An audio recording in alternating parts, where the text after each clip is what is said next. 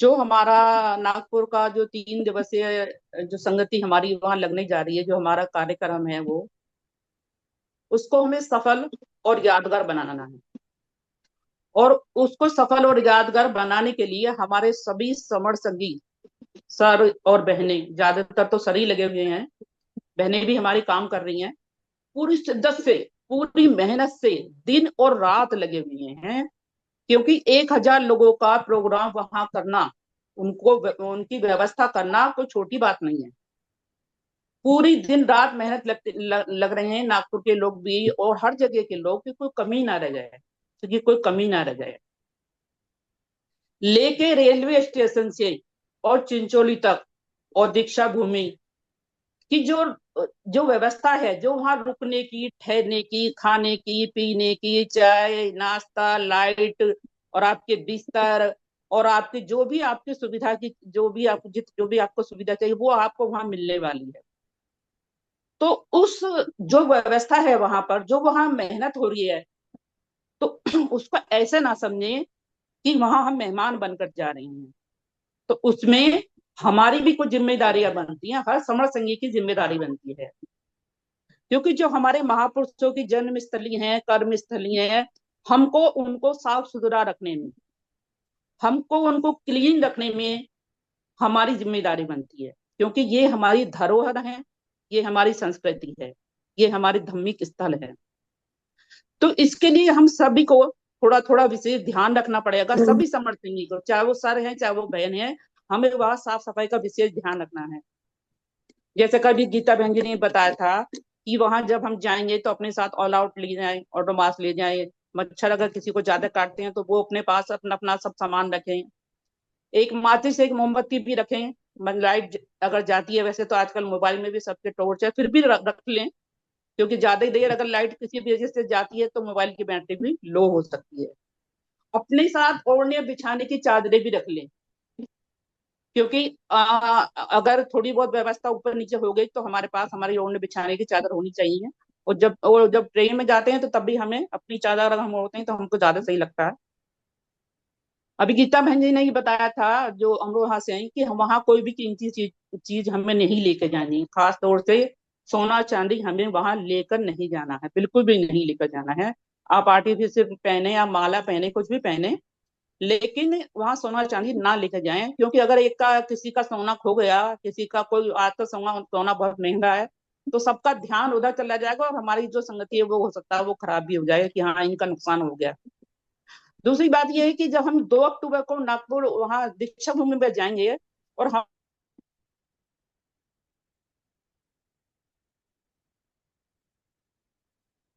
बहन जी net mic off हो गया आपका माइक। माइक नेट आवाज का नहीं आ रही बहन जी। नेट की मेरी प्रॉब्लम आवाज है नहीं आ सर। रही? नहीं, आवाज भी बंद में हो गई अब थी। आ गई, आ गई। हाँ हाँ। आ गई? बंद हो गई थी। हाँ अभी ठीक है। अच्छा। अच्छा, जब हम 2 अक्टूबर को नागपुर वहां जाएंगे, तो हम एक विशेष काम करने जा रहे हैं कि मैं समूह की पहचान वहां लाखों लोगों तक पहुंच सके। तो उसके लिए कोशिश करें कि आप अपने दोनों हाथ खाली रखें। खास तौर से बहनें कई बार वैसा हैंड वाला बैग लेके जाती हैं, तो वो बैग ही संभालने में रखे रह जाती हैं, या वो हाथ में से बैग डाल लेती हैं। तो जो साइड वाला ऐसे बैग आता है, उस बैग को लेकर चलेंगे तो आप कंफर्टेबल भी रहेंगे और आपके हाथ भी खाली रहेंगे, क्योंकि हमें वहां काम करना, जाके वहां हमें समर ग्रंथ का वितरण करना, समर ग्रंथ हमें बांटने। दूसरी बात यह है कि कि हम सभी अपने बैग में एक छोटी डायरी और पेन भी रख सकते हैं, कि कई बार क्या होता है, हमें मोबाइल नंबर भी लोग मिलते हैं वहां पर, मिलेंगे तो उनके हम नंबर भी नोट कर सकते हैं। तो ये कुछ जरूरी बातें हैं, जैसे कि अगर किसी सर या बहन की कोई दवाई चल रही है, तो वो अपनी दवाइयां भी अपने साथ लेकर चलें। ऐसा ना हो कोई दवाई आपको यहीं मिलती हो, आपका डॉक्टर जो लिखता है वो वहां जाकर ना मिले। एक और बात है कि वहां पर महिलाएं और पुरुष जो है वो अलग अलग रूम में रुकेंगे। एक रूम में 10-15 या जो भी महिलाएं रुकेंगी, महिलाएं अलग है, पुरुष अलग है। तो कोशिश करें कि अपना बैग आप अलग अलग बना लें। क्योंकि होता क्या है, आपकी जैसे छोटी छोटी जो साबुन है, शैम्पू है, कंघा है, या टूथब्रश है, पेस्ट है, या सेविंग जो किट होती है आपकी, वो है। तो अगर अलग अलग बना लेंगे तो ना तो आप डिस्टर्ब होंगे, ना ही बहन जी डिस्टर्ब होंगी।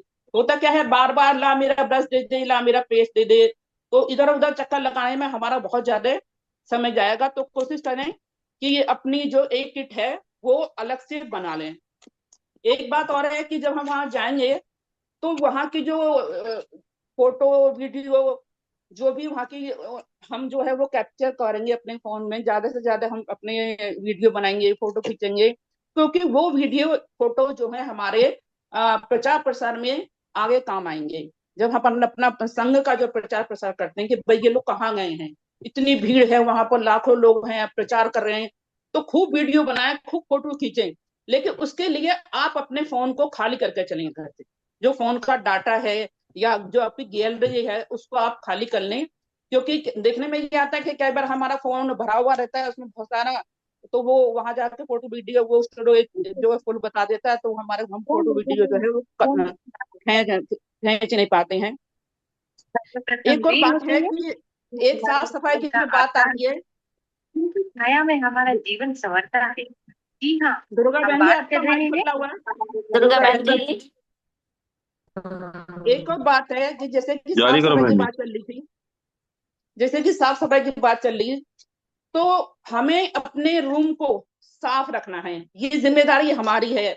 जब हम अपने घर को साफ रखते हैं, हम कूड़ा कूड़े की जगह डालते हैं, गंदे कपड़ों की जगह डालते हैं, तो वहां जाकर यही ना सोचें कि ये खाली पानी की बोतल ही तो वो उधर डाल दी, चाय पिया तो कप कहीं भी रख दिया, ऐसे ना करें। क्योंकि वो जो धार्मिक स्थल है, वो जो वहां की जो चिंचोली की जो सारी व्यवस्था है वो हमारी है, वो सब व्यवस्था जो की है वो हमने की है, तो उसको गंदा ना करें बिल्कुल भी। कोई भी चिप्स है, आप चिप्स खा रहे हैं, बच्चे जैसे खा लेते हैं कई बार, टॉफी है, चॉकलेट है, चाय के कप हैं, पानी की बोतल है, जूस की बोतल है, कोई भी रैपर है, तो उसको या तो आप अपने बैग में रखें या फिर सीधे डस्टबिन में डालें। अगर आसपास डस्टबिन नहीं है तो आप अपने पास रखें, लेकिन कहीं पूरी चिंचोली में आप एक भी कोई इधर से उधर कोई कूड़ा ना करें, ये जिम्मेदारी हमारी बनती है। बाथरूम में अगर हम नहाने जा रहे हैं, होता क्या है कि बाथरूम में वो शैम्पू के सैसे जो होते हैं हम फाड़ देते हैं, वो जो उसकी जो जाली होती है वहां जाकर गिर जाती हैं, या साबुन का रैपर निकाला, साबुन वो पानी में बह गया, वो वहां हो गया। ऐसे बिल्कुल काम ना करें। अगर बाथरूम गंदा होगा तो हमारा रूम भी गंदा हो जाएगा, क्योंकि पानी भर जाएगा, ब्लॉक हो जाएगी नाली, तो वो सब हम अपने रूम में पैर ले लेके आएंगे, तो एक दो तो नहा लेंगे, उसके बाद हमारा गंदगी हो जाती है। तो ऐसा कोई काम ना करें, क्योंकि हमारी खुद की जिम्मेदारी बनती है। एक और बात है कि जो खाना है वो संघ का खाना है, उतना ही ले थाली में, बर्बाद ना जाए नाली में। होता क्या है, कई बार हम अपनी थालियां भर लेते हैं, आपने शादी ब्याह में किसी पार्टी में देखा होगा कि लोग इतना इतना खाना लेते हैं और थोड़ा बहुत खाया, पूरा खाना बर्बाद कर देते हैं, पूरी प्लेट के प्लेट भरी डस्टबिन में डाल देते हैं। आप खाना खाएं, पेट भर के खाएं, लेकिन खाना उतना ही लें जितना आप खा सकते हैं। या कोई चीज अगर बनी है, आपको पसंद है या नहीं है, तो उसको थोड़ी सी लें पहले, उसके बाद आप दोबारा ले लें, 3 बार लें, 4 बार लें, पेट भर के खाएं। लेकिन ऐसा ना हो आपने ले लिया ज्यादा, फिर आपको पसंद नहीं आया, वो फेंक दिया। क्योंकि वहां जो सारे साधन संसाधन, जो रुपया पैसा, जो मेहनत है, वो हम सबकी है, वो हम सबकी मिलजुल के है। तो हमें कोई भी इतनी सी भी कोई भी काम वहां ऐसा नहीं करना है कि वहां कोई भी नुकसान हो, खाना बर्बाद हो, गंदगी हो, कुछ भी हमें ऐसा नहीं करना है। इसलिए बाबा साहब की दीक्षा भूमि और बाबा साहब की पावन भूमि समण आगे दीक्षा भूमि नागपुर चिंचोली में जाकर साफ सफाई का हम विशेष ध्यान रखकर हम उसका एक उदाहरण पेश कर सकते हैं। क्योंकि देखने में जाता है अगर हम किसी कोई हमारे समणीय स्थल या समणीय धर्म होते हैं, अगर जैसे कोई मैरिज होम होता है और मैरिज होम में एक जैसे गांव के लोगों की बहुत ज्यादा बारात है तो वो गंदा कर जाते हैं, या कोई तोड़ फोड़ कर दी उसमें, या कोई नुकसान पहुंचाते हैं, अगली बार को वो मैरिज होम उनको मिलता नहीं है कि भाई आप लोगों का तो लोग बड़े वैसे हैं, यहाँ इतने गंदगी कर गए, इतने ये कर गए। तो वो जो धमनी स्थल, धमनी भवन है, वो सब हमारे हैं, उसको साफ सुथरा रखने की और उसको अच्छे से व्यवस्थित रखने की हम सबकी जिम्मेदारी बनती है। तो इसलिए हम सब इसी भावना से वहां जाएं कि वो हमारा संघ है और हम समर्थ संघ ही है, सब हम सबकी जिम्मेदारी बनती है। और ये सारी जानकारी, जो छोटी छोटी जानकारी जो लोग आपके साथ जा रहे हैं, जो पोर्टल पर नहीं जुड़े हैं, आप उनको भी दे सकते हैं कि भाई ऐसे ऐसे हमको वहां करना है, जाके आपको अपने 2 बैग बनाने हैं, अगर हस्बैंड वाइफ जा रहे हैं अलग अलग। तो बस यही मुझे बात कहनी थी। अगर कुछ त्रुटि हुई हो तो मैं संघ से क्षमा चाहती हूँ। संघ नमामि, संघ बहुत नमामि। बहुत साधुवाद बहन जी। मनीषा और संगीता बहन जी जो जुड़े हुए हैं, ये भी अपने सरिता साधु बहन जी साधु का साधु हैंडेस था बहन जी। साधु साधु वनिता राज सरिता बहन बहन जी जी का। हम्म। साधु हाँ साधु साधु। सरिता बहन जी है तो आ जाए। बहन जी आवाज ठीक आ रही है? हाँ बहन जी बढ़िया आ रही है आवाज आपकी, ठीक है। जी सर, धन्यवाद। संघ का बहुत बहुत आभार। आज मुझे संघ ने जो आदेश दिया है, गोल्डन नियम 9 है जो हमारा, उस पर अपन बात रखने का, तो उस पर अपन बताऊंगी। इससे पहले जो हमारे 10 गोल्डन नियम हैं उसके बारे में भी हम जानना चाहेंगे। तो सबसे पहला क्या नियम है? केवल समन। तो केवल समन में SC ST OBC और जो धर्म परिवर्तित लोग हैं वो आते हैं। तो दूसरा जो नियम है, चंदा कभी नहीं। समन संघ के सभी नियम बहुत अच्छे हैं, लेकिन जो चंदा कभी नहीं, इसकी वजह से लोगों में बहुत भ्रम पैदा होता है कि समन संघ बिना चंदे के कैसा चल रहा है। तो हमारी जो भी संगति होती है, नजदीक हो या दूर हो, वहाँ किसी प्रकार का कोई चंदा नहीं लिया जाता। सभी व्यक्ति अपना अपना जो खर्चा है खुद वहन करते हैं। तीसरा नियम है, जाति अभ्यास कभी नहीं। समन संघ में किसी पर भी जाति का अभ्यास नहीं किया जाता, और यदि कोई जाति का नाम लेता भी है तो उसे रोक दिया जाता है। यहाँ पर समता की बात होती है। चौथा नियम है, केवल संघवाद। समन संघ में केवल संघ की ही बातें होती है, और किसी भतीजावाद या भाईवाद किसी तरह के बात की बात नहीं होती। इसमें केवल संघ की बात होती है। पांचवा नियम है, पद प्रतिष्ठा मंचमाला कभी नहीं। संघ में किसी को स्पेशल फील नहीं करवाया जाता, ना ही किसी को किसी तरह का पद दिया जाता। और जब हमारी संगति लगती है, ना ही किसी को फूल माला वगैरह पहनाई जाती। तो यहाँ पर एक ही पद होता है, वो है स्पोक का। और स्पोक भी जिम्मेवारी का एहसास दिलाता है, ना कि हमें ये दिखाता है कि मैं बहुत बड़ा बन गया हूँ। छठा नियम है, पंजीकरण कभी नहीं। संघ का कभी पंजीकरण नहीं हो सकता। पंजीकरण किसी एक व्यक्ति की संपत्ति का हो सकता है, एक चीज का हो सकता है, और जब उसका पंजीकरण हो जाता है तो व्यक्ति उसका मालिकाना हक उसका बन जाता है। लेकिन संघ किसी एक व्यक्ति का नहीं है, यहाँ बहुत सारे लोगों से मिलकर संघ बना है, तो उसका पंजीकरण नहीं हो सकता। सातवां नियम है, संघ आदि से सबसे ऊपर। जो संघ आदेश देगा, और ये सभी संगी बहन भाइयों का कर्तव्य बनता है कि वो संघ का आदेश सबसे पहले माने। आठवां नियम है, संघ राजनीति में कभी नहीं जाएगा। ये भी नियम बहुत अच्छा है। संघ राजनीति में नहीं जाएगा, लेकिन संघ से ट्रेंड होकर कोई भी व्यक्ति संघ से इजाजत लेकर राजनीति में जा सकता है, और बहुत अच्छा होगा वहां पर वो संघ की विचारधारा को फैलाए। नौवां नियम है, संघ घातक की वापसी संघ में कभी नहीं। इस नियम पर अभी हम बात करेंगे। 10वां नियम है, उपरोक्त जो 9 नियम है वो संघ का आधार है। ये ना कभी बदले जाएंगे, ना खत्म किए जाएंगे, और ना कभी अमान्य किए जाएंगे। जो संघ है इन 10 नियमों पर चलकर काम कर रहा है। जो हमारा अभी मुझे जो 9वां गोल्डन नियम है, संघ घातक की संघ में वापसी कभी नहीं। संघ के कुछ नियम होते हैं, वे नियम हर संघी को मानने होते हैं। उन नियमों को आप अपनी मर्जी से नहीं बदल सकते, और ना ही उन नियमों पर अपनी मर्जी से चल सकते। यदि कोई संघी उन नियमों के विरुद्ध सोचता है, विचार रखता है, या काम करता है, प्रचार करता है, या उन नियमों के विरुद्ध किसी भी कार्य में सहायक बनता है, संघ को तोड़ने की कोशिश करता है, या संघ की गरिमा को नुकसान पहुंचाता है, संघ के जो संघियों को बरगलाता है, या अन्य संघातक गतिविधियों में लिप्त होता है, तो ये सब कार्य संघात के दोषी माने जाते हैं। संघ उस घातक को दंड देता है। ये पुराने टाइम का नियम है। जब गौतम बुद्ध का संघ था, तो उसमें भी उसके दंड के अनुसार ही अपराध के अनुसार दंड दिया जाता था। यह दंड संघ निकाला से लेकर उसको चेतावनी तक हो सकता है, वो उसके अपराध पर निर्भर करता है। एक बार जब गौतम बुद्ध का संघ था, तो जो गौतम बुद्ध के भाई थे देवदत्त, वो गौतम बुद्ध के 500 शिष्यों को बहकाकर ले गए। बुद्ध ने फिर क्या किया, अपने भिक्षु उनको समझाने के लिए भेजे, और उन भिक्षुओं ने उन 500 नए शिष्यों को सही बात बताई। जो 500 शिष्य थे, भिक्षु थे, वो वापस आ गए। पर संघात के दोषी जो गौतम बुद्ध के भाई थे देवदत्त, उनको संघ में दोबारा नहीं लिया गया। देवदत्त सड़कर मर गया, लेकिन संघात के आरोपी को संघ ने कभी माफी नहीं दी, क्योंकि वो उसका बहुत बड़ा अपराध था। और जबकि देवदत्त गौतम बुद्ध का भाई था, लेकिन वही है, संघ में तो संघ की ही बात सुनी जाती है, ना किसी एक व्यक्ति की बात नहीं सुनी जाती।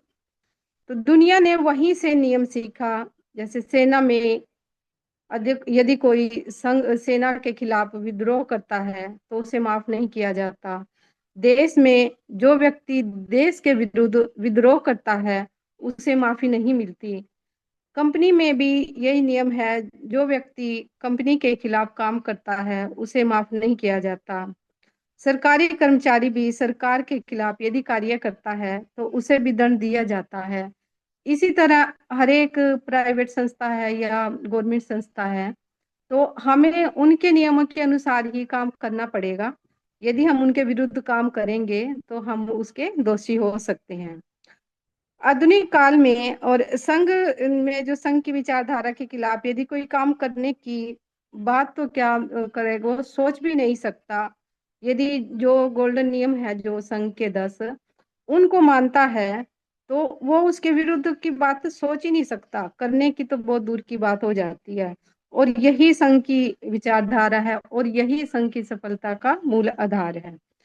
आधुनिक काल में बाबा साहब ने भारत गणराज्य संघ का संविधान बनाया। भारत गणराज्य संघ के विरुद्ध बोलना, सोचना, कार्य करना, किसी कार्य में सहयोग करना, सहयोगी बनना भारत गणराज्य संघ द्रोह में आता है। इसकी सजा आईपीसी के तहत तय की गई है। संघ कोई राजनीतिक पार्टियों की तरह भी नहीं है कि जब जिसका मन किया पार्टी में आ गए, जब जिसका मन किया पार्टी बदल ली। राजनीतिक पार्टी मौकापरस्त लोगों का समूह है, जहां विचार नहीं होता, बस सत्ता प्राप्त करना ही उनका मकसद होता है, और मौका प्राप्त करना ही उनका सब कुछ हो जाता है। लेकिन संघ में जो मौकापरस्त है उनको किसी तरह का मौका नहीं दिया जाता। संघ बहुत ही सरल है। इसमें सरलता से जटिलता की ओर हम जाते हैं, क्योंकि जो नियम है देखने बहुत सरल हैं, और इन पर चलकर इनके तहत रहकर ही हमें संघ में काम करना होता है। और यदि कोई इन नियमों के विरुद्ध कार्य करता है तो संघ उसके अपराध के अकॉर्डिंग उसको सजा दे सकता है। और जिसको संघ समझ में आ गया है वो ऐसा काम बिल्कुल नहीं करेगा। 4 साल से हम भी देख रहे हैं। तो संघ में सभी को आना चाहिए, और ये हम लोगों की अब मजबूरी भी है, क्योंकि इतने जो हमारे संगठन बन चुके हैं, उन जो आउटपुट उनकी आनी चाहिए थी वो नहीं आई, और इसीलिए उनसे निराश होकर अब संघ ने जो बीड़ा उठाया है कि जो हमारे हक अधिकार चले गए हैं या जो बचे हुए हैं उनको बचाने के लिए सभी को संघ में आना जरूरी है। और ये हर एक बहन भाई का कर्तव्य बनता है, क्योंकि बाबा साहब हमारे लिए बहुत कुछ करके गए हैं, और यदि हम अब भी नहीं जुड़े तो हम आने वाली पीढ़ी को कोई जवाब नहीं दे पाएंगे। क्योंकि आने वाली पीढ़ी हमसे सवाल कर सकती है और करेगी भी कि बाबा साहब हमारे लिए इतना कुछ करके गए थे, आप लोगों ने क्यों नहीं बचाया।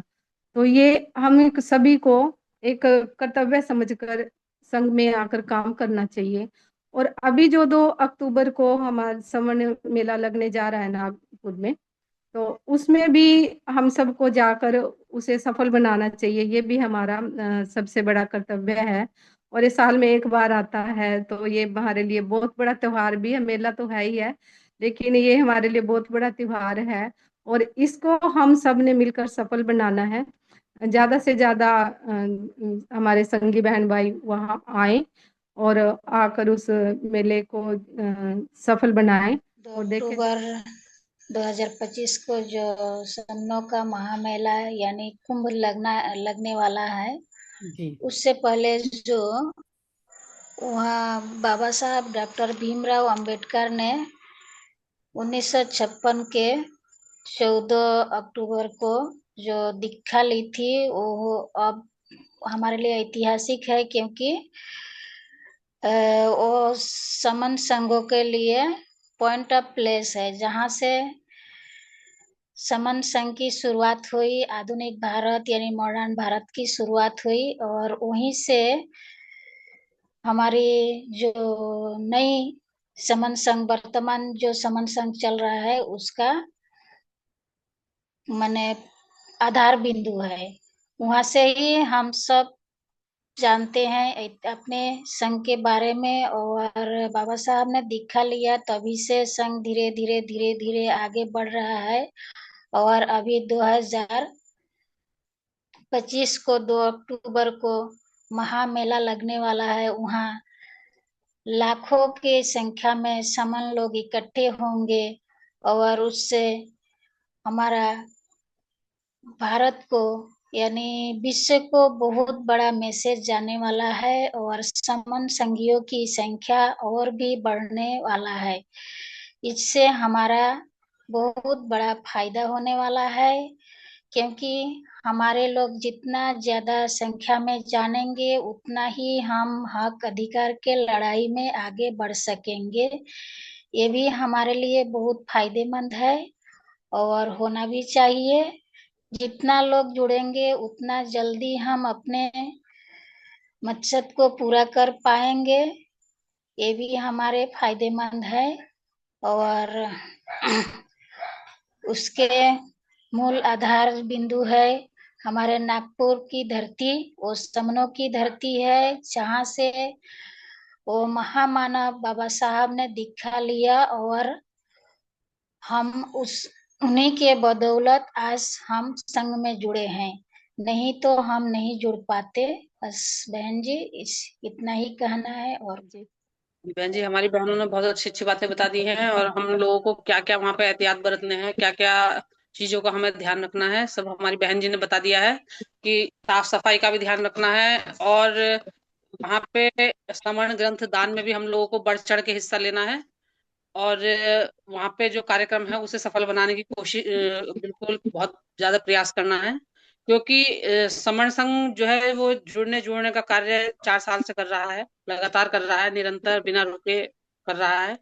और संघ ने ही पहली बार संघ के माध्यम से ही हम लोग पहली बार जाने कि जुड़ना भी एक काम है, जुड़ना और जोड़ना भी एक काम है, और जुड़ने और जोड़ने के फायदे कितने होते हैं। तो ये जब समर संघ आया, जब ही हम लोगों ने जाना, उससे पहले हम लोग नहीं जानते थे, जब संगठनों में कार्य करते थे।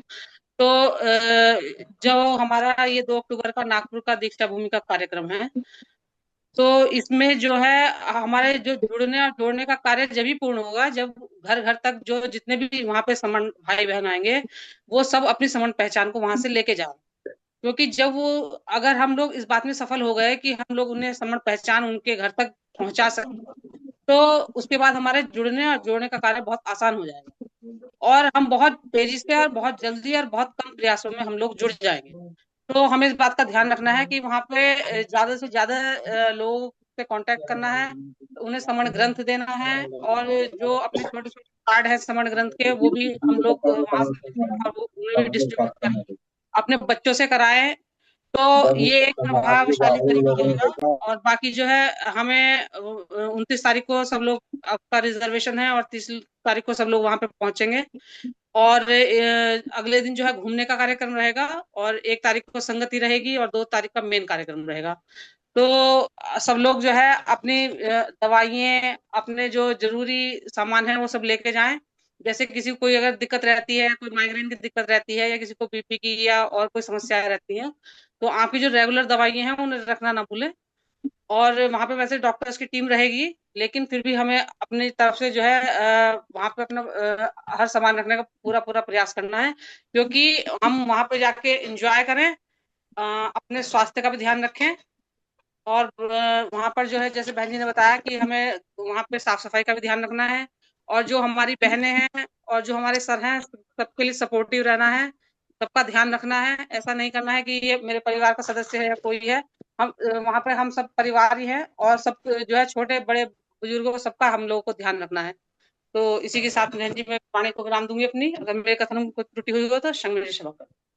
बहुत बहुत जी साधुवाद बहन जी, बहुत बहुत साधुवाद बहन जी, आपने बहुत ये अच्छी बात कही है। वहाँ हम सब एक ही हैं, हम सब बहनें जो जाएंगी सब एक ही हैं। एक दूसरे का हमें हाथ पकड़ के रखना है और एक दूसरे का हमारा जो ध्यान। महिला विशेष चल रहा है उसमें 2-5 मिनट के लिए एक बात रखना चाहूंगी नागपुर के बारे में। हमारे जो नागपुर में एक महामेला लग रहा है दीक्षा भूमि में 2 अक्टूबर को, वहां के लिए हमारे बहुत सारे स्पोक जो हमारे समर भाई हैं बहनें हैं इतना इतना काम कर रहे हैं, दिन रात लगे हुए हैं हमारे लोगों को जोड़ने में। और सभी लोग ये कोशिश कर रहे हैं कि ज्यादा से ज्यादा हम समर वहां इकट्ठे हों और अपनी ही बात जो हमारे संघ की बात है कि सिंपल सी एक चीज है कि सब के सब इकट्ठे होंगे, एक साथ होंगे, और जितने ज्यादा एक साथ होके रहेंगे उतना ही ज्यादा सुरक्षित रहेंगे। ये बात फैलाने के लिए ज्यादा से ज्यादा लोग कोशिश कर रहे हैं कि हम अपने लोगों को लेके चलें और नागपुर का जो महामेला लग रहा है उसमें अपनी भागीदारी दें। तो इस चीज को एक अगर छोटे एग्जाम्पल से समझाने की कोशिश करूं तो जो मेरे दिमाग में आया वो ये था कि जैसे पानी होता है, पानी की एक एक बूंद होती है, उस तरह से हमारा जो समाज है उसके हम एक एक करके हिस्सा है। और पानी की एक एक बूंद से कभी तो कोई कुआं भरता है, कभी तो कोई तालाब भरता है, और अगर देखेंगे तो धरती का 70% हिस्सा जो समुद्र है वो भी पानी से भरा हुआ है। नागपुर में जो हमारी पानी की बूंदें हैं उसकी एक बहुत ही बड़ी और ताकतवर और बहुत ही भयंकर लहर देखने को मिलती है।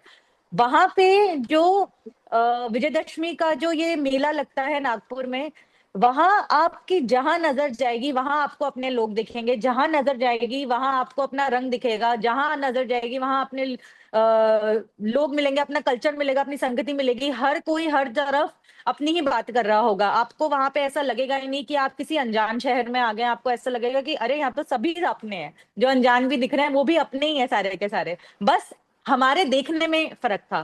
तो नागपुर में जैसे आप अपने बच्चों को कभी बीच पे लेके जाते हैं, छुट्टी पे समुद्र दिखाते हैं, किसी भी रिवर या किसी भी नदी के पास जाते हैं और अपने बच्चों को दिखाते हैं, वहां पे खेल कूद होता है, वहां पे बहुत पानी को देख के लोग बहुत खुश होते हैं। किसी भी एक्वा पार्क में जाते हैं तो बहुत खुशी आती है, बहुत मजे आते हैं। वही जो खुशी और मजे हैं वो नागपुर की उस लहर का हिस्सा बनने में हम सबको मिलेगा। आपको दिखेगा कि सबकी सब इतना इतना जो वो लहर है वो इतनी एक साथ है, इतनी एकत्रित है, वो जो टुगेदरनेस है उसका जो एक सपोर्ट मिलेगा हमारे लोगों को, वो अलग ही एक्सपीरियंस होगा हमारे लोगों के लिए। वो इतना ज्यादा इंस्पिरेशनल होता है, इतनी ज्यादा प्रेरणा देता है कि सबको ऐसा लगता है कि वाह ये हम कहाँ आ गए। पूरा ही देश ऐसा होना चाहिए जैसा नागपुर उस वक्त पे होता है, उस विजयदशमी के दिन पे होता है। और उस चीज से वो जो पानी की जो लहर है वो सिर्फ ऐसा नहीं है कि सिर्फ खुशी के लिए है या एकत्रित एक साथ रहने के लिए है। वो जो लहर है वो बहुत ही ज्यादा पावरफुल भी होती है, बहुत ही ज्यादा डेंजरस भी होती है, बहुत ही ज्यादा सिक्योरिटी भी देती है। तो उसी से हमारे लोगों को ये समझ में आ सकता है कि अगर हम एक साथ रहेंगे तो वो हमें सिर्फ ताकत नहीं देता, वो हमें सुरक्षा भी देता है। वो सिर्फ हमें खुशी मजे नहीं देता, वो हमें उस चीज की सुविधा भी देता है।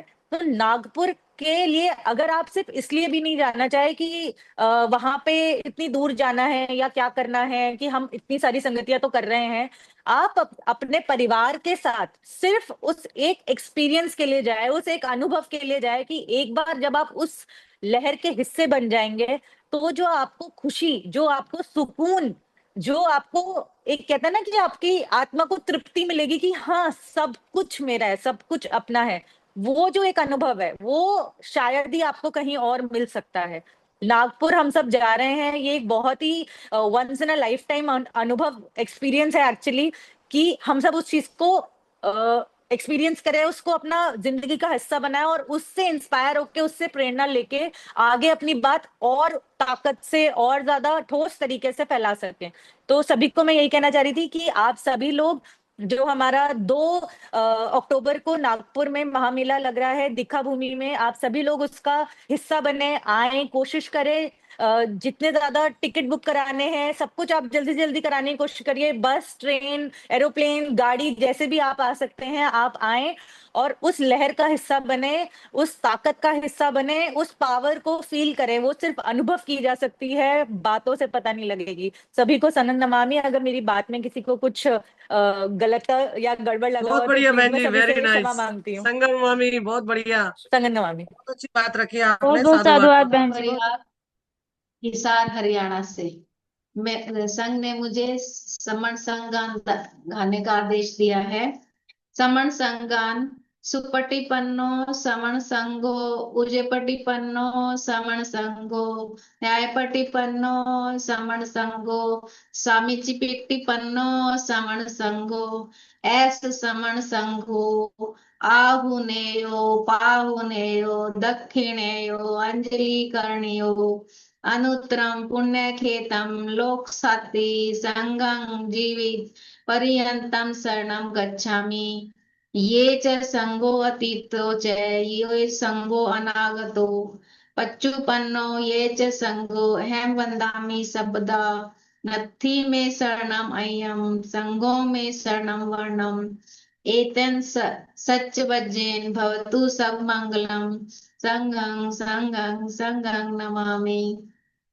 आधुनिक हिंदी में भावार्थ। समण संगान अच्छे मार्ग पर चलने वाला समण संघ, सीधे मार्ग पर चलने वाला समण संघ, विधि मार्ग पर चलने वाला समण संघ, उचित मार्ग पर चलने वाला समण संघ, ऐसा समण संघ, यह समण संघ आहुति देने योग्य है, अपना सब कुछ देने योग्य है, पाहुना बनाने योग्य है, अतिथि बनाने योग्य है, देखने के योग्य है, समझने के योग्य है, हाथ जोड़ने के योग्य है, आदर करने के योग्य है। यह लोगों के पुण्य खेत में लाजवाब है। मैं जीवन भर इसके साथ रहकर संघर्ष को जाती हूँ। पहले जो भी समण संघ रहा है और जो समण संघ रहेगा और जो वर्तमान में समण संघ है, मैं इस समण संघ को वंदन करती हूँ। मैं समण संघ के अतिरिक्त अन्य किसी के साथ रहकर संघर्ष नहीं करूंगी। इसी सच्ची घोषणा से सभी का मंगल हो।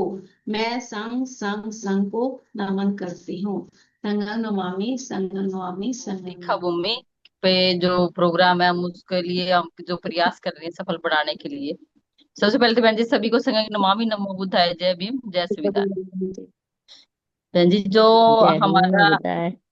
हाँ, हर बार मैंने पहले सुना था 2-4 बार कि मतलब पहले बोलते थे कि मतलब बाद में समझ आता चीजों का कि सारे तीर्थ एक बार और नागपुर बार बार। तो बहन जी नागपुर बार बार क्यों, उसके लिए, और ये 2 अक्टूबर का जो हमारा प्रोग्राम है, तो 2 अक्टूबर का हमारा दशहरा पड़ रहा है इस बार। दशहरा का मतलब विजय अशोका दशमी, जिसे दशहरा बोलते हैं, और ये धम्मपवर्तन दिवस भी है। यानी कि धम्मपवर्तन दिवस उसी दिन किस लिए, क्योंकि बाबा साहब ने 14 अक्टूबर 1956 को दम ग्रहण किया था अपने 7 लाख अनुयायियों के साथ। तो वो दिन हम मना रहे हैं। तो एज ए अशोका विजय दशमी, जिसको हम धम्मपवर्तन दिवस बोलते हैं, तो उसको हम सफल बनाने के लिए इतने सारे समण साथी, हर बार जैसे 15-20 लाख हम सुनते आए हैं कि हम दशहरे पर नहीं जा पाए कभी भी, लेकिन अब पहली बार जाएंगे हम। 1-2 बार पहले वैसे गए हैं, ये पिछली बार वैसे गए थे, लेकिन अब के हम स्पेशल उसी दिन जा रहे हैं। और अपनी जो समण संस्कृति है, हम नया जो हमारे साथ अब जो हो रहा है, हमारी समण संस्कृति का पुनर्स्थापना, कि उस समण दीक्षा भूमि के लगाया गया समण शब्द दीक्षा भूमि के आगे नागपुर, तो किस लिए लगाया है कि वो हमारी आने वाले समय में हम किसी भी प्रॉब्लम में ना पड़े, कोई और हमसे विपरीत विचारधारा के लोग हमारी जो रियलिटी की जो हमारी धरोहरें हैं उन पे वो कब्जा ना करें, कैप्चर ना करें, जैसे बोध गया की कर रखी है, बोध गया महाबोधि विहार की। तो ये हमारे जो बुद्धिजीवी साथी हैं उनकी देन है, उनकी जो दूरदृष्टि की जो सोच है, जो दूर का जो वो सोचते हैं। जैसे बाबा साहब ने सोचा था आगे तक का जो संविधान लिखा उन्होंने, और उसके बाद हमें बहनों को, महिलाओं को जो वो किसी भी समाज के हिंदू कोड बिल दिया, तो उसी के तहत हम सब बहनें आज आजाद है। मतलब वो अलग बात है कि हम मन से भी गुलाम है, लेकिन हम वैसे पुरुषों से भी हमारे को ज्यादा राइट मिले हुए हैं, अधिकार मिले हुए हैं। तो ऐसे ही यही भी दूरदृष्टि का ही बाबा साहब का एक विजन था कि उन्होंने जो वहां पे बौद्ध धर्म अपनाया था अपने 7 लाख अनुयायियों के साथ, कि मैं जब मेरे समाज के लोग पढ़े लिखे होंगे तो वो इस चीज को समझेंगे और उस कारवां को आगे बढ़ाएंगे। तो ये सारी की सारी चीजें हमें अब जो एक भारत में काफी टाइम से दो संस्कृति चल रही है, एक ब्राह्मण संस्कृति और एक समण संस्कृति। तो दंपत से ये वर्ड लिया गया है समणा। समणा का मतलब वो आप सबको पता है कि जो समता में रमने वाले, या जिसमें भेदभाव ऊंच नीच जात पात नहीं है, और महिला और पुरुष में कोई भेदभाव नहीं है, सारे के सारे बराबर हैं। तो वो वाली जो संस्कृति हमारी, जितने भी हम SC ST OBC converted minority के लोग हैं, वो सारे के सारे यहाँ पे समण है। तो वो हमारी समण संस्कृति है। हाँ, बुद्धिस्ट से पहले, जैन से पहले, सिख से पहले हम समण है। मतलब ये बात हमें समझ आनी चाहिए। जैसे हम कुछ भी यहाँ पे, अगर जब भारत में हमने जन्म लिया है, तो हम कोई भी रिलीजन, कोई भी जात धर्म, किसी भी चीज से पहले, सबसे पहले हम भारतीय हैं। अगर हम कहीं जाते हैं विदेश में, तो हमारी आइडेंटिटी होती है कि हम भारतीय हैं, यानी कि हम इंडियन है, हम इंडिया से आए। तो ऐसे ही हम किसी भी धर्म का या किसी भी पंथ की से पहले, चाहे कबीर पंथ हो, रविदासी हो, कोई भी पंथ है, उससे पहले हम एक, सबसे पहले हम समण है। तो वो शब्द को जो हम, या अपनी हमारी समण संस्कृति को, कि जो वहां पे स्थापना होगी तो पहली बार हम उसके साक्षी होंगे कि भाई हम कैसे, जब वहां पे 1 लाख समण ग्रंथ बांटेंगे लोगों तक, हमारी वो जो बात जाएगी कि भाई मैं समण हूँ, तो ये क्या है मैं समण हूँ। तो वो सब पढ़ेंगे तो 1 लाख से अगर किसी हर परिवार में 4-5 मेंबर तो कम से कम होते ही है, और उसके साथ अगर ज्वाइंट फैमिली है या उसके भाई बहन आगे, तो वो हमारी जो संस्कृति है वो बहुत जल्दी सी फैलेगी। यानी कि हमारा जो काम इतने हम 4 सालों से कर रहे थे, वो काम हमारा एक झटके में हो जाएगा। और वहां पे जो हमारा सोशल मीडिया, हो सकता है कोई मेन स्ट्रीम मीडिया का भी हमें वहां पे मिल जाए कवर करने के लिए, वैसे होते नहीं है हमारे प्रोग्रामों को कवर करने के लिए, लेकिन हो सकता है कोई वहां पे मिल जाए। हम पॉजिटिव रहे हमेशा, तो हमारी जो संस्कृति है वो दूर तक जाएगी, और वहां पे जितनी भी चीजें बाहर निकल के आएगी, आज नहीं तो कल, जैसे जैसे हम हमारे लोग समझेंगे, तो इस चीज को आगे बढ़ाएंगे, और हम अपने संस्कृति को दोबारा से स्थापित करने में कामयाब होंगे। तो ये पहला है। दूसरा, जब हम एक जैसी टोपी, एक जैसे बैच, एक जैसे हमारे सबके T-शर्ट होगी, यानी कि सबके पास एक जैसी हमारे पहनावा देख के लोगों को प्रभावित होंगे कि ये, या उनको वो सोचने भी मजबूर होंगे कि ये कौन लोग हैं जो ये समण संघ, क्या है ये समण संघ, पहले कभी नहीं सुना, और अब कहाँ से ये एक नई वो उनके मन में जो होगी कि ये कोई नया संगठन होगा या कोई नई पार्टी होगी। लेकिन जब वो पढ़ेंगे हमारे बुक को, या हमारे जो बुद्धिजीवी साथी हैं, या जो 1 तारीख को हमारा वहां पे असेंबली लगेगी, तो वहां पे भी जो लोग आएंगे, वहां पे वो उनको समझाने में, जैसे कंसेप्ट होगा या प्रश्नोत्तरी होगी, तो उसमें सुधीर सर सवालों के जवाब देंगे, और भी बुद्धिजीवी साथी वो भी, मतलब वहां पे उनका मान लो कई बार ऐसा होता है कि सवालों के जब जवाब देते हैं, तो उनका यानी कि क्लियर हो जाता है उनको कि ये जो बातें हैं ये सारी की सारी हमसे ही रिलेटेड है, हमारी संस्कृति को ही आगे बढ़ाने का, प्रसार प्रसार करने का काम कर रहे हैं। तो ये वाला, इसलिए हम वहां पे 2 अक्टूबर को सफल बनाने के लिए ये इतने जोर शोर से डेली डेली हम पोर्टल पे मैं समण हूँ, या 2 अक्टूबर समण दीक्षा भूमि के नाम से हम डेली, यही हमारा टाइटल होता है डेली की चर्चा का, हमारे यही विषय होता है। क्यों होता है विषय? क्योंकि आप ये देखिए, कोई भी चीज है, अगर कोई चीज नहीं भी है तब भी हम उसको अगर बार बार हम बोलते हैं तो वो एक तरह से बिल्कुल जीवित हो जाती है, यानी कि जो दिखता है वो बिकता है। आज का जो स्ट्रीम मीडिया है वो आप देख लिए तो कितने ज्यादा जो ऐड करता है, तो कई बार ऐसी चीजें होती जो हम नहीं चाह के भी हम उस चीज की तरफ मतलब हमारा अट्रैक्शन हो जाता है कि भाई हम सोचने पे मजबूर हो जाते हैं कि ये चीज क्या है इसको, या ये पर्सन कैसा है, किसी की ऐड आती है तो हम उसके लिए सर्च करते हैं, गूगल करते हैं। तो ऐसे ही समण संघ की जो बुक मिलेगी मैं समणो, तो उनको समझ आएगी एक एक वर्ड का कितने कितने पर्यायवाची लिख रखे हैं। वो लिखी है जो इतनी मेहनत करके हम अगर किसी को कुछ लिखना बैठते कोई मैसेज तो हम चार चार बार सोचते हैं कि इसमें कौन सा वर्ड सही फिट होगा। लेकिन जो हमारे बुद्धिजीवी साथी ने जो बुक लिखी है मैं समझो, उससे आप अंदाजा लगा सकते हो उनकी मतलब बुद्धिमत्ता का, उनकी जो इंटर का मतलब कि वो कितने ज्यादा उन्होंने टाइम लगाया है, उससे उससे पहले उन्होंने कितना काम करा होगा उस चीज पे। तो ये सारी की सारी चीजें हम यहाँ पे हम किसी की बुराई करने नहीं बैठे, सिर्फ हम अपने समण संस्कृति को बढ़ाने के लिए बैठे हुए हैं। 4 साढ़े 4 साल से हम कंटिन्यू जो मीटिंग चलती रहती है, जैसे आज हमारी बहनों की 10 20 30 तारीख को। तो यहाँ पे सबसे बड़ी बात ये है कि बहनों को भी उतना ही बढ़िया मतलब मान सम्मान और दर्जा दिया गया है कि जहाँ पे हमें कहीं नहीं है, सिर्फ हमने अगर हम एक बेटी होने के नाते देखते तो हमें मायके में ही इतना मान सम्मान मिलता है जितना हमें समण संघ में मिला है। और इस बात से सभी बहनें मेरी मतलब एग्री भी करेंगी। तो ये सारी की सारी चीजें जो हम जाएंगी वहां पे, आने वाली पीढ़ी हमारी उस चीज को याद करेगी और वो अपनी हिस्ट्री को पहचानेगी। पहचानने के साथ साथ ही अगर हम जैसे बाबा साहब कहते हैं कि वही गुलाम को गुलामी का एहसास करा दो वो बगावत कर देगा, तो वो इस श्रमण शब्द का जब लोगों को पता चलेगा कि श्रमिक नहीं है हम, लेबर नहीं है हम तो राजा कौम है, हम तो सम्राट अशोक की संतान है या बुद्ध के वंशज है, तो उनको अपने आप में ही गर्व महसूस होएगा क्योंकि उन्होंने बताया नीच और हमने मान लिया, तो इसलिए हम उस चीज को नहीं मानते। बुद्ध भी कहता है कि भाई कोई छोटा या बड़ा है किसी को नीच कह मानना और हम मतलब दूसरा अपने आप को मान मानना ये गलत बात है। तो इस तरह से हमने सारी की सारी चीजें उसमें बुक में इतनी खोल के बता रखी हैं कि जब हम पढ़ते हैं तो हमें खुद ये लगता है कि अब तक हमने जो सिलेबस की एजुकेशन ली, या जो जिसे बोलते हैं आजकल एकेडमिक एजुकेशन जैसे बोलते हैं ना कि क्या पढ़ा रहे हैं कि एकेडमिक यानी कि ट्यूशन पढ़ाते हैं, तो इस तरह से वो हमने सिर्फ ट्यूशन में या फिर हमने सिलेबस की बुकें पढ़ी है।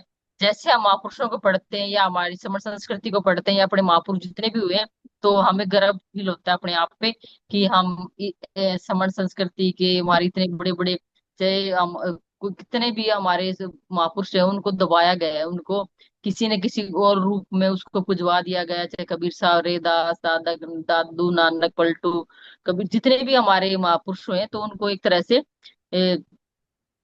दबाने की कोशिश की गई है। अगर अगर मान्यवर साहब नहीं आते तो हम बाबा साहब का कोई आज नाम लेवा नहीं होता, बस खाली रिजर्वेशन होती तो रिजर्वेशन भी खत्म कब की हो चुकी होती। तो ये सारा का सारा ये जागरूकता का ही खेल है, जागरूकता का ही काम है। इसलिए वहां पे जाके हम जितना भी बाबा साहब ने हमें जो धरोहर सौंप के गए हैं हमारे महापुरुष, वो सारी की सारी चीजों को हमें सजो के रखने का की जरूरत है। क्योंकि पहले एक कोई मान ऐसे ही नहीं बनता, मान बनने के लिए अपने आप को बुलाना पड़ता है। अब देखो हम महिला या माँ हम है, अब जब माँ बढ़ती है तो माँ बढ़ने के लिए आप सबको पता है मेरी बहनें जितनी बैठी हैं जो माँ है कि हम एक मौत से यानी कि एक अपने जब हम दफन होते हैं तबाह होते हैं तब एक बच्चा जाके जन्म लेता है और उसकी परवरिश भी कितनी मुश्किलों से होती है, ये हम सबको अच्छे से पता है जो माँ है। कि ऐसे ही हम अगर किसी चीज को हम उसको रीजनरेट या उसको उत्पन्न करना या उसको दोबारा से स्थापना करना कोई तो अपने आप को गलाना पड़ता है। जितनी भी हमारे श्रमण संघ के साथी हैं बहुत ही मेहनत कर रही हैं, चाहे वो कटके सर हो, चाहे हमारे सुधीराज सर हो, चाहे हमारे लखपत सिंह सर, जो इतने सभी लोगों के पैसा का हिसाब किताब रखना, जितने भी साथी है किसी का नाम लेके हम उसका छोटा या बड़ा नहीं करना चाहते, लेकिन सारा सारा दिन जैसे वो पोल पे लगे रहना वो मतलब इतना ज्यादा वैसा काम है। काम दिखता नहीं है लेकिन काम सच्चे अर्थों में ये है कि जो हम काम का बेड़ा ठा रखा है वो उसमें हम सफल हो जाएं, हमारी संस्कृति दोबारा से रिस्थापना हो जाए। और बाबा साहब का या हमारा जो सपना देखा था, सपना नहीं, खुली आंखों के जो दो उनके संकल्प थे कि भारत को बोध में बढ़ाना और हमें शासक शासक कौम बनना। तो हम ये जब सारे काम जब होंगे, जब हम इकट्ठे होंगे और हमें अपनी बात समझ आएगी, उसके बाद की सारे काम है ये। तो इसलिए आप सबने मुझे बोलने का मौका दिया, तो इसलिए संघ का आभार। और आप सब दीक्षा भूमि में जाने का जो प्रोग्राम बनाया है, तो आज 30 अगस्त है, शनिवार बाहुल का भी दिन है और महिला विशेष का भी दिन है। तो हम लोगों ने जो अभी महिला समण संघ इतना ज्यादा उत्साहित है कि उन्होंने दीक्षा भूमि जाने की पूरी पूरी तैयारी कर रखा है। और इसी उपलक्ष्य में हम लोगों ने समण संघ ने 1 लाख जो ग्रंथों का वितरण करने का जो एक संकल्प लिया है कि हम देश से और देश से बाहर रहने वाले समणों को भी बताएंगे कि आप अपनी पहचान से दूर क्यों हो, अपनी पहचान को अपनाओ। और ऐसा क्या कारण है कि आपको अभी तक अपने पहचान से दूर रहने का जो खामियाजा भुगतना पड़ रहा है। हम लोग एक होकर भी एक क्यों नहीं हो पा रहे हैं। चांगल्या प्रकारे म्हणजे महिलांचा सांभाळणं, बियांची सांभाळणं म्हणजे बाकीचे विचार तर दिलेच। 1 मिनट रमेश कटके सर, आपका माइक ऑन है, प्लीज ऑफ कर लीजिए। करें। और समण संघ में आकर महिलाएं इतनी जागृत हो चुकी हैं कि अब हमने ये सोच रखा है कि हमारे उत्सवों के ऊपर जो काल्पनिक उत्सव रखे गए हैं वो क्यों रखे गए हैं, मतलब इतनी जागरूकता आ गई है बहनों में कि वो ये इस बात पर चर्चा कर रही है कि जो ये 2 अक्टूबर का दिन था, तो 2 अक्टूबर के दिन ही इतने सारे उत्सव कैसे आ गए और वो इतना ढोंग पाखंड कैसे ऊपर से हमारे उत्सवों के ऊपर रखा गया है। और इसी उत्सव में, इसी जागृति में जो बाबा साहब ने है जो धम्म चक्र पवित्र का दिन जो रखा है, जो उसी दिन रखा है। तो ऐसा नहीं है कि उन्होंने कोई और दिन क्यों नहीं चुना, क्योंकि उनको पता था कि हमारे समण भाई इतने ज्यादा भोले हैं कि उन्हें अभी पता नहीं चल रहा है कि हमारे तीज त्योहारों के ऊपर किस तरीके से काल्पनिक भगवानों को बैठाया गया है। और जो वो 2 अक्टूबर अशोक विजयादशमी है, अभी हम 2 अक्टूबर गांधी जयंती है, ये जयंती है, बहुत सारे जयंतियों के नीचे हमारे जो समणों के उत्सव जो दबे पड़े हैं, जो समण महिलाएं हैं वो जान चुकी हैं और वो अपने तरीके से अपने उत्सवों को मनाने का जो संकल्प ले चुकी हैं और वो बहुत खुशी से अब दीक्षा भूमि 2 अक्टूबर को पहुंच रही है। 2 अक्टूबर पहुंचने का मतलब है कि जो हमारे भूले बिखरे हुए जो समण हैं, चाहे वो गुरु नानक को मानने वाले हों, चाहे रविदास को मानने वाले हों, चाहे कबीरदास को मानने वाले हों, ये सभी हमारे समण भाई बहन हैं। उनको ये बताना है कि जो दीक्षा भूमि है वो समणों की है और भारत भूमि जो समणों का देश है, ये इतने पंथों में बटे हैं। अपने परिवर्तन का जो हमारा जो संकल्प ले रखा है कि भाई आपको अपने पहचान के अनुसार जो भी करना है, लेकिन समण के आधार पर ही आप एकत्रित हो जाओ, अपने उत्सवों को मनाओ, अपने अनुसार मनाओ, क्योंकि हमको अगली आने वाली पीढ़ियों को बताना है कि हमारे उत्सवों का रूप कैसे होगा, हमारे जो जगह हैं उसमें समणों का कैसे अधिकार आएगा, समण अपने उत्सव कैसे मनाएंगे, अपनी विरासत को कैसे संभालेंगे। और मैं सभी बहनों से अनुरोध करती हूँ कि बोधिसत्व बाबा साहब भीमराव अंबेडकर ने पूरा जीवन दुख में बिताया है। अगर 2-4 दिन हम लोगों को भी कष्ट होता है तो इसमें कोई भी बहन ऐसा खुशी मनाने में कोई कंजूसी ना करें। समण भूमि दीक्षा भूमि पर पहुंचे और अपना पूरा सहयोग करें। और जो हमको देश और विदेश में जो ऊर्जा पहुंचानी है वो केवल बहनों के माध्यम से ही पहुंच सकती है, क्योंकि बहन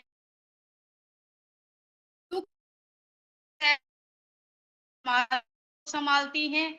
आज उनको जिम्मेवारी दी है कि यह उत्सव और अपने उत्सवों को हमको अपने तरीके से मनाना है। संघम नमामि बहन जी, और मैं इतने ही बोलकर अपने शब्दों को समेटती हूँ। जो भी बहुत बहुत गलतियां संगम हुई मामी, होंगी बहुत बहुत मैं साधुवाद बहन जी, क्षमा प्रार्थी हूँ। साधुवाद संगम बहन जी, नमामि। बहुत बहुत। एक जागृति राज बहन जी का हैंड रेज है, मनोरमा बहन जी। जी बहन जी, जागृति राज सिंह बहन जी आए। आइए जागृति राज बहन जी, आपका हैंड रेज है, वेलकम है, आइए अपनी बात रखिए। माइक ऑन रखा हुआ है, प्लीज बंद कीजिए।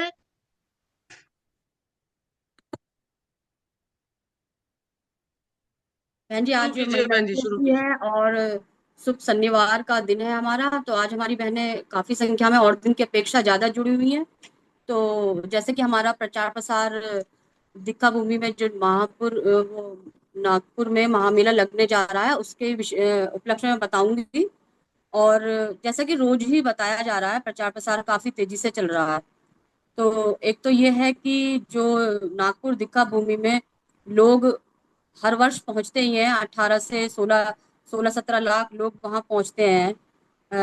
काफी कई कई देशों से और भिन्न भिन्न राज्यों से वहां लोग पहुंचते हैं। लेकिन इस बार जो एक नया कुछ होने जा रहा है, सभी को मालूम है। जो समण संघ के माध्यम से समण परिवार वहां पहुंच रहे हैं, लगभग 5,000 लोगों का पहुंचने की संभावना है। तो जो हमारे समण संघ के माध्यम से समण परिवार पहुंच रहे हैं, एक जो पहचान हम लोग देने जा रहे हैं समण संघ के द्वारा, समण की हम सब समण हैं, तो ये जो पहचान मिलेगी वहां पर, तो इससे हमारा जो संघ है, एक जो मेरा आभास मुझे हो रहा है कि विशाल रूप लेने वाला है और काफी संख्या में जो हमारा ये अम्ब्रेला तैयार हो रहा है उसके अंदर काफी लाख लोग इसके अंदर आने वाले हैं। तो ये बहुत ही एक अच्छी बात समण संघ में होने जा रही है। तो हम सभी बहनें अपने परिवार के साथ पहुंचने का प्रयास करें, प्रयास नहीं करें, जाएं वहां देखें।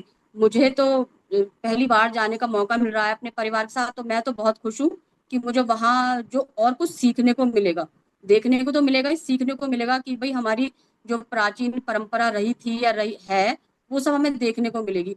तो बहनें ज्यादा से ज्यादा संख्या में वहां पहुंचे। और हमारा जो कार्यक्रम है समण संघ की ओर से 3 दिवसीय कार्यक्रम रहेगा। कल भी बहुत अच्छे से बताया गया था मीटिंग में जब कंसेप्ट चल रहा था। तो जो हमारा 3 दिवसीय कार्यक्रम रहेगा, एक 30 सितंबर को रहेगा, 1 अक्टूबर और 2 अक्टूबर।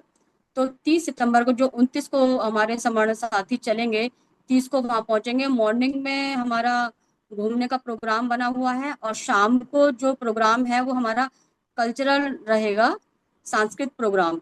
तो मैं यहाँ एक बात और कहना चाहूंगी कि इसकी जो सांस्कृतिक कार्यक्रम की जो पट्टाक है बहन गीता गौरे बहन जी है, तो उन्होंने भी मुझसे कहा था और मैं भी यहाँ पर बोल रही हूँ कि जितने भी मुरादाबाद मंडल, जो भी 5 जिले हमारे आते हैं, रामपुर है, मुरादाबाद है, अमरोहा है, संभल और बिजौर, जितने भी भाई बहन या बच्चे कोई भी प्रोग्राम में पार्टिसिपेशन अपना देना चाहते हैं, तो वो आप मुझे एक सूची बना के दे दें कि आप क्या करना चाहती हैं, करना चाहते हैं। और अपना फोन नंबर, मैं अपना नंबर भी चैट बॉक्स में डाल दूंगी ताकि जो है ना बहन जी को भी आसानी रहे। और क्योंकि यूपी काफी बड़ा है तो मुरादाबाद मंडल की जिम्मेदारी मैं लेती हूँ। वैसे मैं प्रचार प्रसार में काम कर रही हूँ, लेकिन फिर भी मैं अपने स्तर से इस काम को निभाऊंगी ताकि हमारा जो काम है ना वहां पर 30 सितंबर को वो सुचारू रूप से हो सके और कोई बाधा ना आए, और सबको वहां पर अपने बात रखने का, डांस का परफॉर्मेंस है या कुछ भी बात को सुनाने का, वो मौका सबको मिल जाए। तो इसलिए बहन जी इस बात को आप नोट कर लें, जितनी भी बहनें जुड़ी हुई हैं, तो आप मुझे अपना नंबर और आप क्या करना चाहते हैं वो जरूर दे दें आप। तो एक बात तो ये थी, 30 तारीख का हमारा ये प्रोग्राम रहेगा। 1 तारीख को हमारी असेंबली रहेगी, जो संगति लगेगी हमारी, जो हम समण पहुंचेंगे और जो वहाँ के लोकल लोग रहेंगे, तो हम सभी लोग बैठकर संगति करेंगे, उसका हिस्सा बनेंगे। इस प्रकार से समण संघ वहां पर संघ की बात रखेगा कि किस तरीके से हमें अपने लोगों को इकट्ठा करना है, कैसे जुड़ना है, और आगे की बात वहां पर की जाएगी। जो 2 अक्टूबर को हमारा कार्यक्रम रहेगा दीक्षा भूमि पर, वहाँ मेले में हमारा पार्टिसिपेशन रहेगा, वहाँ हम लोग जाएंगे, पहुंचेंगे। और अभी मैं सुन रही थी कि रैली का भी आयोजन रहेगा। और जो मोस्ट इम्पोर्टेंट हमारा काम है वहाँ उस दिन दान पारमिता का रहेगा। तो हम सभी को दान पारमिता करने, यानी कि समर ग्रंथ का डिस्ट्रीब्यूशन करना है। 1 लाख समर ग्रंथ का हम लोग डिस्ट्रीब्यूशन करने जा रहे हैं। तो ये अपने आप में बहुत ही अच्छी बात है, क्योंकि दान महादान होता है और हम ग्रंथ के माध्यम से दान करेंगे। और अभी एक बात चल रही थी कि टी शर्ट भी बन रही है, तो अभी जो भी सर इसके बारे में ज्यादा जानते होंगे वो उसको बताएंगे। तो इस तरीके से हमारा 3 दिवसीय कार्यक्रम रहेगा। और ये कार्यक्रम सफल तभी हो पाएगा जब आप लोग टिकट टाइम से कराएंगे। आप किस तरीके से जा रहे हैं, प्लेन से, ट्रेन से, निज व्हीकल से, आप लोग पहले ही बता दें, ताकि जो वहां पर जो कार्यक्रम समण भाई बहन कर रहे हैं उनको कोई बाधा ना आए, जैसे कि खाने में कोई प्रॉब्लम ना आए, जो हमारी ठहरने की व्यवस्था उसमें कोई प्रॉब्लम ना आए।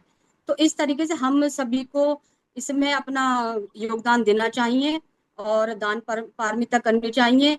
दान हम लोग बुक्स जो समण ग्रंथ बांट सकते हैं, कोई भी किसी भी तरीके को जिस पे लिखा हो मैं समण हूँ। हमें जो समण की पहचान है, अगर हम ये जन जन तक पहुंचा देते हैं तो हम निश्चित ही सफल हो जाएंगे और हम एक यूनिटी में दिखेंगे। तो बहन जी, अपनी बात को मैं यही कहना चाहूंगी, बच्चे परिवार के साथ सभी पहुंचे, बहनें विशेष रूप से पहुंचे, ताकि देखें कि हमारा इतिहास क्या था, क्या रहा है। इस सब चीज की जानकारी हमें वहां पर मिलेगी। तो बहन जी, मैं अपनी बात को यही रखना चाहूंगी और मेरे शब्दों में कहीं कुछ गड़बड़ी हुई तो मैं संग से क्षमा चाहती हूँ। सभी को नमो बुद्धाय, जय भीम, संगम नमः। बहुत बहुत साधुवाद। साधुवाद बहन जी। बहुत बहन जी। बांटे कैसे जा सकता है? जी सही कहा बहन जी आपने। ठीक है बहन जी, सभी को संगम नमामि, संगम नमामि, संगम नमामि। संगम नमामि जी। हाँ जी। आओ हम सब जुड़े व जोड़े समण संग में, आओ हम सब जुड़े व जोड़े समण संग में। ए जी समण संग में, आहा समण संग में मिलता है सम्मान समण संग में। आओ हम सब जुड़े व जोड़े। यूं तो समण संग सारे संगों से पहले आया, यूं तो समण संग सारे संगों से पहले आया। 28 बुद्धों ने भी इस संग को शीश झुकाया, 28 बुद्धों ने भी इस संग को शीश झुकाया। ए जी समण संग का, आहा समण संग का, यही संग ही है परिधान समण संग में। आओ हम सब जुड़े व जोड़े, ना कोई छोटा बड़ा संग में, ना नेता अभिनेता, ना कोई छोटा बड़ा संग में, ना नेता अभिनेता। संघ का प्रमुख स्वयं संग, ना मदद किसी से लेता। ए जी समन संग की, आहा समन संग की, यही है पहचान समन संग में। आओ हम सब जुड़े व जोड़े। जुड़ने का कोई शुल्क नहीं, ना कोई लेता चंदा, जुड़ने का कोई शुल्क नहीं, ना कोई लेता चंदा। समण संघ का अनुशासन ना हुआ आज तक गंदा, समण संघ का अनुशासन ना हुआ आज तक गंदा। इसीलिए संघ का, आहा समण संघ का, जिंदा है स्वाभिमान समण संघ में। आओ हम सब जुड़े व जोड़े।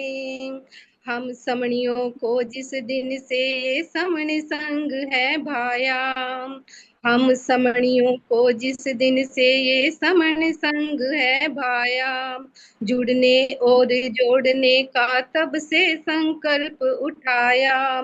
ए जी समण संघ से, आहा समण संघ से है समणों की शान समण संग में, आओ हम सब जुड़े व जोड़े समन संग में, आओ हम सब जुड़े व जोड़े।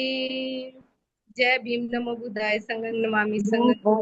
साधु साधु बहुत बहुत साधुवाद संगम नमामि आदाब लय और संगीत और स्टार्ट कीजिए बहन जी। जी बहन जी। वीडियो खोल लीजिए अपनी। जी, संघ को नमन, सभी साथियों को संगम नमामि। मैं समन विमलेश वर्मा, जयपुर राजस्थान से। आज संघ का आदेश हुआ है संविधान की उद्देशिका मराठी में वाचन करने का, तो मैं मराठी में वाचन कर रही हूँ। भारताचे संविधान प्रस्ताविका।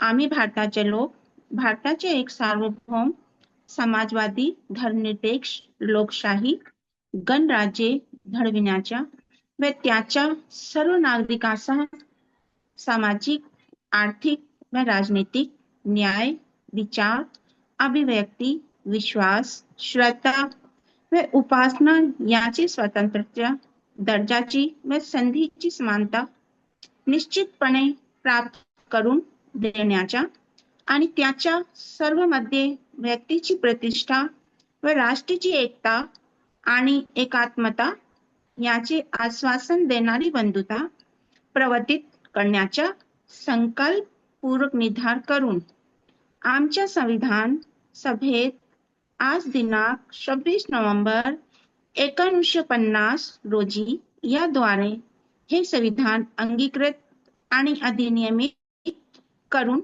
स्वतःप्रत अर्पण करीत आहे। आणि जय भीम, जय संविधान, संगम नमामि संगम नमामि। मेरे शब्दों में कोई त्रुटि जी जी स्टार्ट करें। समर संगान। मैं समर अनिता राज सिंह, उत्तर प्रदेश बुलंदशहर से। आज संघ से आदेश हुआ है समर संगान के लिए। सुपट्टिपन्नो समर संगो, उजुपट्टिपन्नो समर संगो, न्यायपट्टिपन्नो समर संगो, सामीचीपट्टिपन्नो समर संगो, ऐसे समर संगो, आहुनेयो पाहुनेयो, दक्षिणयो अंजलि करणियो, अनुत्तरं कुर्यन्ते लोकसाति, संगं जीवित पर्यन्तं शरणं गच्छामि।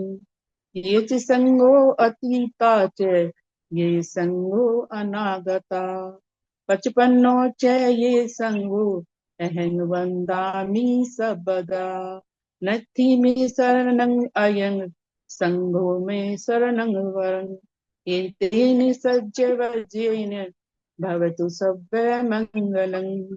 संघं संघं संघं नमामि।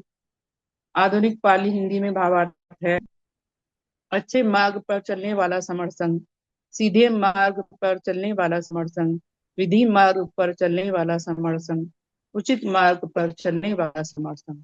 ऐसा समर संघ यह समर संघ आहुति देने योग्य है, यानी कि अपना सब कुछ देने योग्य है। पाहुना बनाने योग्य है, यानी कि अतिथि बनाने योग्य है। देखने के योग्य है, समझने के योग्य है, हाथ जोड़ने के योग्य है, आदर करने के योग्य है।